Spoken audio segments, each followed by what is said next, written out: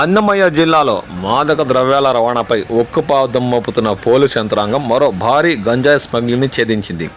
ఉల్లిపాయల వ్యాపారం ముసుగులో గుట్టు చప్పుడు కాకుండా గంజాయి తరలిస్తున్న ముఠాను మదనపల్లి తాలూకా పోలీసులు చాకచక్యంగా పట్టుకున్నారు.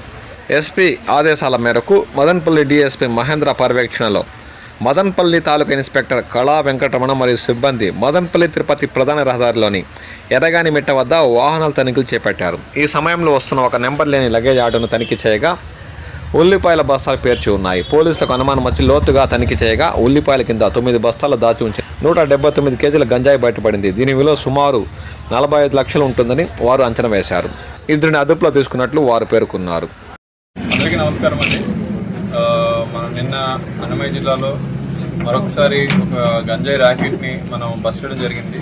ఇందులో మదనపల్లి తాలూకా లిమిట్స్లో ఒక ఆటోలో ఆనియన్స్ మరియు గంజాయి కలిపి తరలిస్తున్న సందర్భంలో మన పోలీస్ వాళ్ళు మధ్యాహ్నం ఈ ఆటోని ఇన్సెప్ట్ చేసి దానిలోని 2 వ్యక్తులు ఈ గంజాయిని తరలిస్తున్నట్టు గుర్తించి మొత్తం 179 కేజీల గంజాయిగా అంతా నిర్ధారణ చేసి ఆ 2 పర్సన్స్ని కూడాను అరెస్ట్ చేయడం జరిగింది.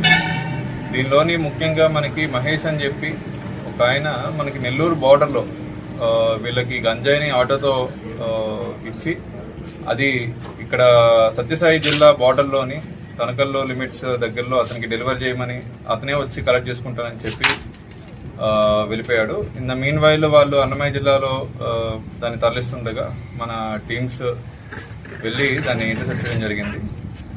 మనం నెక్స్ట్ ఈ కేసులోని మహేష్ అనే వ్యక్తిని మరియు దీని వెనకాల ఉన్న సప్లై చైన్స్ అన్ని కూడాను బ్రేక్ చేస్తామని తెలియజేస్తున్నాను. థ్యాంక్ యూ అండి.